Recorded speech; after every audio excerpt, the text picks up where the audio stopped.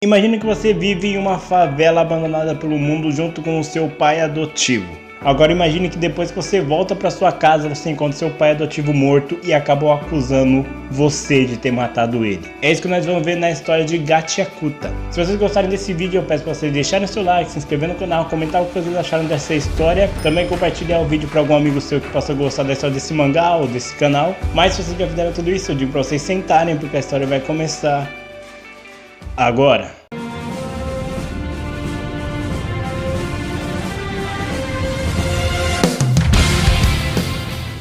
A história começa com alguém falando que as coisas que nós cuidamos com todo o coração, elas acabam desenvolvendo uma alma. Agora você imagina então as coisas que nós usamos por muito tempo e acabamos descartando elas. Nós vemos uma criança que ela tinha um ursinho de pelúcia, só que ele acabou rasgando. A mãe dela vendo aquilo, ela fala que não tem jeito, que era um coelho velho e tal, que eles simplesmente vão jogar fora e comprar outro pra menina. Acontece que esse ursinho ele é jogado no lixo e ele vai até um departamento de lixo ali daquela cidade. O problema é que eles estão tendo pequenos problemas com pessoas mexendo no lixo. Enquanto um dos seguranças desse departamento do lixo tá verificando ali a segurança, vendo as coisas ali em volta, ele acabou vendo um barulho dentro desses armazenamentos de lixo. Quando ele chega lá, de fato, tem alguém mexendo naquela lata de lixo que chama como o baderneiro dos lixões. E ele começa a soar o alarme ali falando que não tem como aquele garoto fugir de lá. Usando os sacos de lixo, aquele garoto consegue distrair aqueles guardas e fugir pelo duto de ventilação daquele lixão. Aqueles guardas continuam perseguindo ele mesmo assim, só que ele é bastante rápido e ágil. Mas mesmo assim, eles conseguem acertar um tiro de raspão no braço dele. Aquele garoto então, ele consegue fugir de lá e é revelado que ele entrou naquele lixão justamente para pegar aquele coelhinho rasgado. Um tempo depois nós vemos um homem chamado Diregno e ele escuta uma dessas mulheres comentando sobre esse tal baderneiro do lixão que ele atacou novamente e tal. E as mulheres até ficam um pouco assim enojadas de como o Regno tá vestido, porque ele deve ser um cara bem pobre. É nesse momento que nós descobrimos que nessa cidade existe a divisão da área nobre e da área pobre, e é lá que o Regno mora. Na área mais pobre, num canto ali numa viela, nós vemos o protagonista Urudo. Ele tá ali vendendo as coisas que ele pegou do lixão. E é quando ele tá ali esperando que alguém se interesse por alguma daquelas coisas, aparece a amiga dele, a Tiwa. A Tiwa pergunta por que ele fica roubando, se arriscando tanto para conseguir pegar coisas que é basicamente lixo. Só que ele fala que não é totalmente lixo. Para pessoas que não têm praticamente nada, que moram ali naquela área pobre, não existe lixo. E é quando alguns garotos eles se aproximam dos dois e começam a meio que fazer um certo bullying com o Urudo, falando que não é pra Tiwa chegar perto dele, que ela não só vai acabar pegando a podridão dele, como ele é filho de um assassino. É dito que mesmo aquela área pobre da cidade sendo menosprezada pela área rica, eles sempre tentaram fazer o melhor para pagar essa mancha de podridão que tinha na cidade. Só que depois que o pai do Urudo acabou matando alguém ali, a visão que o lado nobre da cidade tinha do lado pobre só piorou. Então tudo que eles sofrem por conta de morar ali é principalmente por causa do pai do Urudo. Isso obviamente deixa o Urudo puto, tanto que os garotos até fogem dali depois de ver o estado de fúria que ele tá. Mesmo com isso, a Tiwa fala que não acredita naqueles garotos. O Urudo então ele pega aquele coelho que ele consertou e entrega pra Tiwa, falando que aquilo ele não conseguiria vender, então ele vai dar aquele coelho pra ela. Só que ele não consegue terminar a frase porque a mãe da Tiwa chama ela de volta. Quando o Urudo ele tá voltando pra casa, ele encontra o pai adotivo dele, o Regno. E o Regno comenta que ele tava observando toda a conversa dele com a Tiwa. Isso deixa o Urudo bem envergonhado ali. Dentro da casa, os dois começam a conversar, porque o Regno sabe que ele tá entrando nos lixões e que isso é proibido, que ele pode acabar sendo preso, então ele não quer que o Urudo fique se arriscando à toa. E é só quando o Regno percebe que ele levou um tiro no braço, então ele fala pra ele ir até lá pra ele fazer um curativo no Urudo. O Urudo fala que aquele tiro não doeu nada, não comparado ao que o pai dele fez ele sentir na infância. E é mostrado que as mãos do Urudo têm espécie de queimaduras na mão dele. O Regno ele fala que se o Urudo continuar cometendo esses crimes de entrar no lixão para roubar as coisas de lá, ele vai acabar sendo condenado a ser jogado no abismo. E ele até mesmo comenta que o pai do Urudo foi jogado no abismo. O Urudo fala que quando o pai dele morreu, as pessoas nem chegavam perto dele, nem ligavam pra ele. Até o dia que ele conheceu o Orégano, que acabou dando aquelas luvas que ele usa e tanto gosta. E ele fala que não só vai cuidar do Urudo pra sempre, e ele fala que é bom o Urudo criar coragem e entregar o coelho pra Tiwa antes que alguém roube o coração da garota antes dele. Enquanto nós vemos os dois conversando ali, nós vemos que tem uma figura misteriosa mascarada do lado de fora da casa deles. Um tempo depois nós vemos o Urudo caminhando por aquela periferia, por aquela cidade destruída ali, toda pobre. E é quando ele vai até o topo mais alto daquela cidade e ele acaba vendo o tal abismo. E ele consegue ver que tem alguém sendo jogado no abismo naquele exato momento. Enquanto ele tá pensando sobre essas coisas, a Tiwa acaba aparecendo ali. Os dois começam a conversar e a Tiwa até comenta que ela tem medo que o Urudo continue fazendo esses crimes aí de ir no lixão e tal, porque talvez seja ele o próximo a ser jogado no abismo daquela maneira. E tanto ela como o Urudo gostam bastante dele e não querem que isso aconteça. Só que o Urudo pergunta como assim os dois gostam dele. A Tiwa ela fica um pouco constrangida assim, mas o Urudo ele acaba entregando aquele coelho pra ela. Ele fala que ele roubou aquele coelho lá, deu uma consertada, só que como ele não vai conseguir vender, ele decidiu simplesmente dar pra ela porque acha que ela vai gostar. E obviamente ela fica maravilhada com aquele coelho. O Urudo ele fica tão empolgado por ela ter gostado disso que ele volta correndo pra casa do Orégano pra contar o que aconteceu. Só que quando ele tá correndo pra casa dele, ele acaba trombando com aquele homem esquisito de máscara que deixa cair uma espécie de livro. Aquele homem pega o livro e vai embora. O Urudo acha isso estranho, mas ele continua indo pra casa dele. Quando ele chega na casa dele, ele encontra o Orégano caído no chão, aparentemente morto. Só que o Orégano ainda assim tá vivo e ele implora pro Urudo fugir de lá.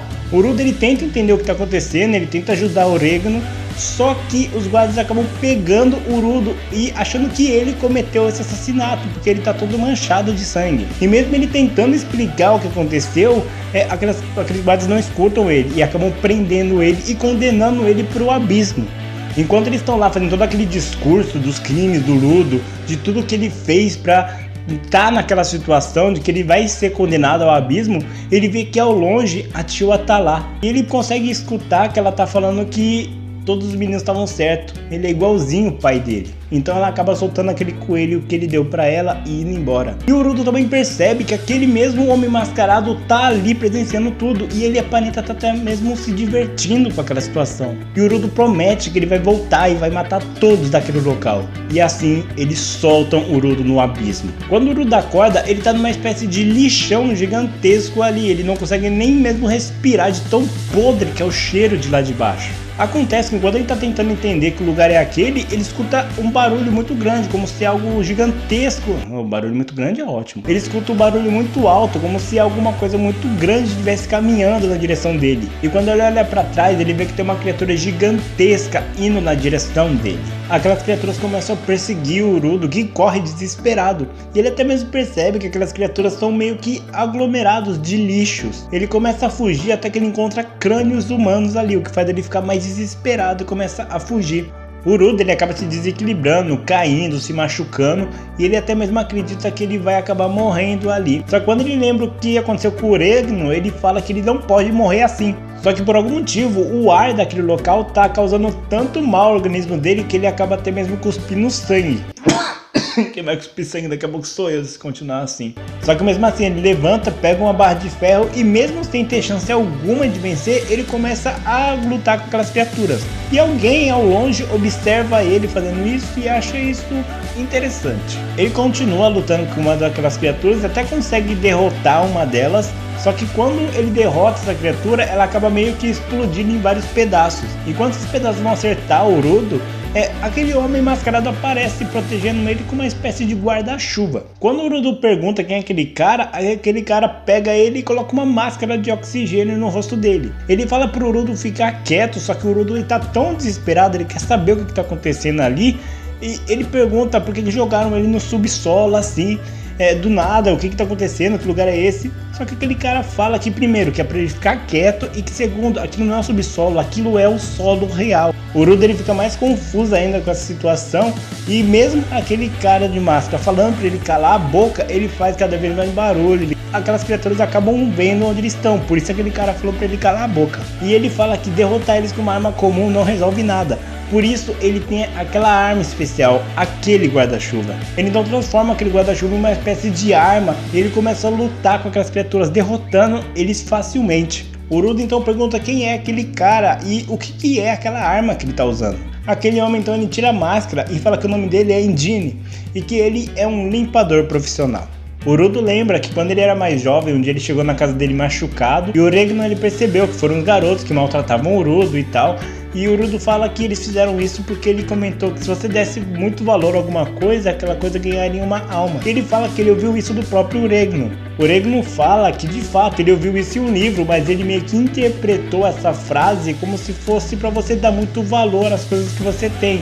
Só que ele acha que esse negócio de possuir uma alma de fato pode acontecer. E ele fala que é pro Urudo dar valor para todas as coisas que ele tem, inclusive as luvas que o Urudo possui. O Urudo então acorda e ele tá totalmente amarrado com correntes, com o Eudine puxando ele. O Urudo ele começa a perguntar o que tá acontecendo, porque ele tá amarrado, só que o Eudine fala que não é nada pessoal, ele só vai levar ele até um local.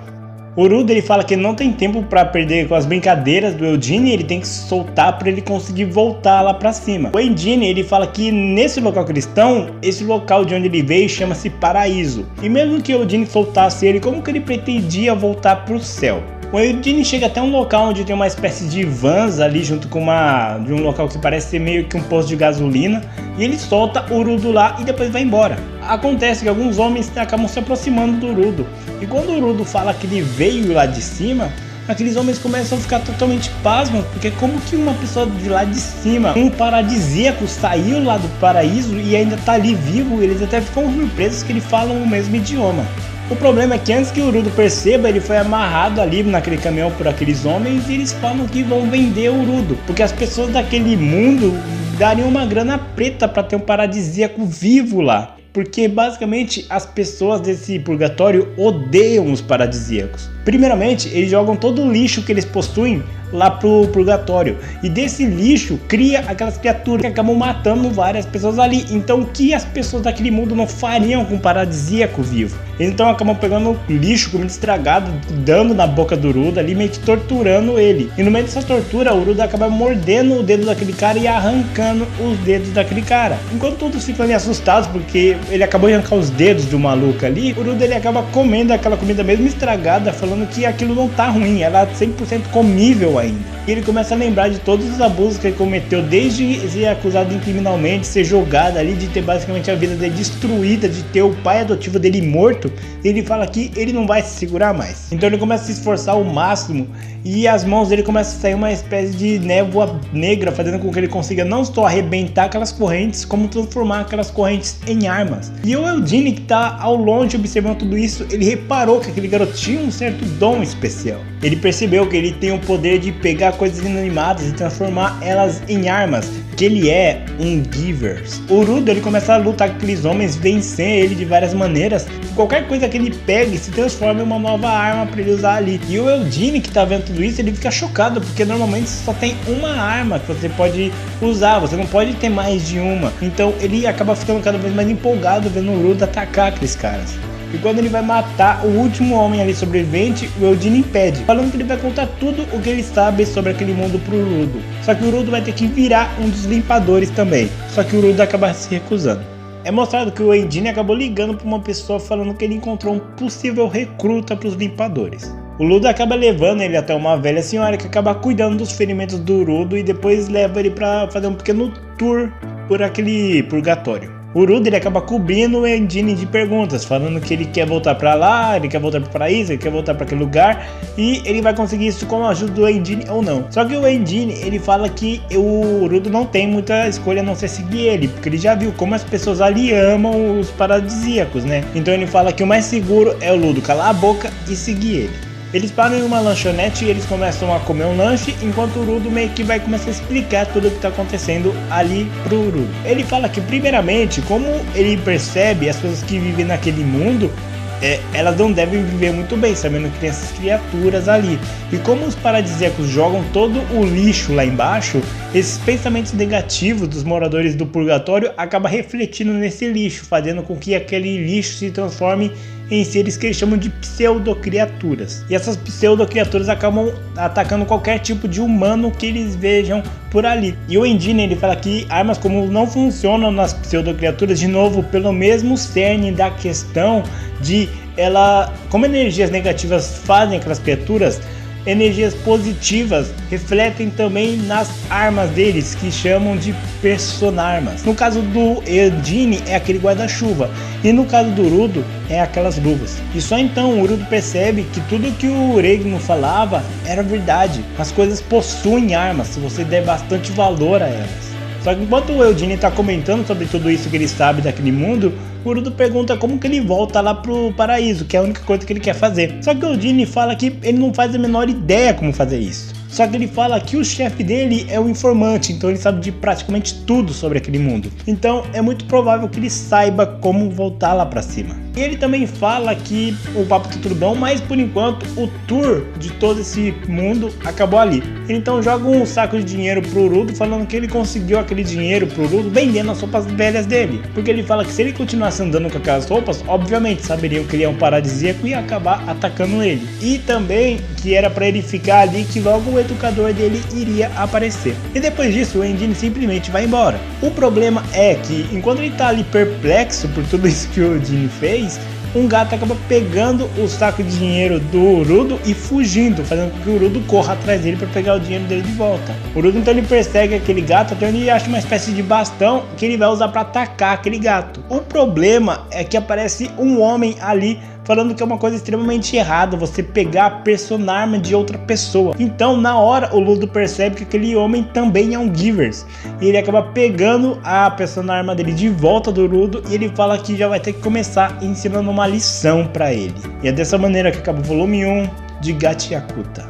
Gachiakuta é um mangá muito legal, porque você vê que o Urudo ele é bastante apegado a coisas que aparentam não ter valor para umas pessoas e para as outras tem. Porque você pega uma coisa e fala assim, essa coisa não tem valor nenhum e joga fora, para outras pessoas pode ter um extremo valor aquilo. Então ele não se conforma das pessoas terem condições de muitas vezes consertar o problema de um objeto e simplesmente descartar, porque é mais fácil comprar de novo. A história ela começa a ficar interessante porque à primeira vista você vê aquele jogo de tipo, as coisas têm uma alma se você cuidar bastante dela, só que você acha que é apenas uma metáfora, como o próprio Regno fala. Só que você vê quando aquela criatura mascarada aparece, você percebe que tem alguma coisa errada na história, principalmente dele meio que ter causado essa meio que morte do Urudo. Mas se ele fez isso, qual seria o objetivo de mandar o Urudo lá pra baixo? Será que ele queria simplesmente matar ele? E você percebe como isso é uma quebra de expectativa total, porque você acha que primeiro, a história vai se passar toda naquele mundo. Então meio que tem duas quebras de expectativa. Primeiro, você acredita que aquele ali é o mundo real, tem aquela divisão do bairro rico e do bairro pobre. Você acha que a história vai se desenvolver através desses dois mundos distintos, mas não só tem essa divisão desses mundos do rico e dos pobres, como também a gente descobre que aquele nem é mesmo o mundo real. É como se fosse uma terra flutuante.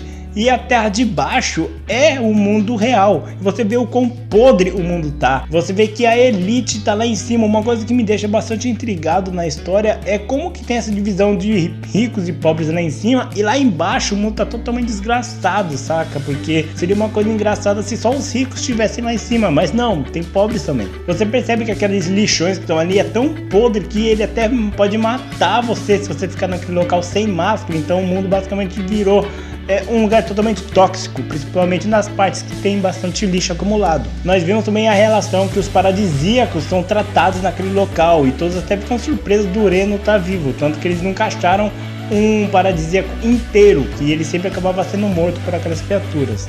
Gachiakuta, ele é o mangá mais recente que foi publicado no Japão que eu consegui trazer aqui pro canal. Ele foi publicado, se não me engano, no final de 2021. Ele tem por volta de 17 capítulos. E obviamente por ele ser o mais recente aqui que eu tô trazendo, ele é em japonês. Então não tem ele dublado. Dublado é ótimo. Não tem ele em português aqui no Brasil. Mas se você quiser comprar ele na versão japonesa mesmo, que ela é bastante bonita, eu gosto que tem Tem uns desenhos bem legais aqui, eu gostei bastante da contracapa deles aqui, que eu achei bem bonitinha. Tem um personagem, e sem falar que a arte desse mangá é muito bonita, é como se ela fosse meio que pintada a tinta. Isso é meio óbvio, né? Mas você vê, parece que foi meio que rabiscado com guache, com pincéis mesmo, saca? Então eu acho que a arte desse mangá é bastante bonita por isso também. Mas diz aí o que vocês acharam da história desse mangá. Vocês já leram esse mangá? Vocês já conheciam a história dele? Deixa aqui nos comentários pra eu saber se vocês gostaram da história desse mangá, se vocês querem que eu continue trazendo a história dele aqui pro canal. Que eu particularmente não vi muita gente falando desse mangá, mas esse mangá é muito bom. Eu recomendo vocês lerem esse mangá porque ele é muito bom. Mas então é isso, pessoal. Eu agradeço bastante a audiência de vocês. E até mais.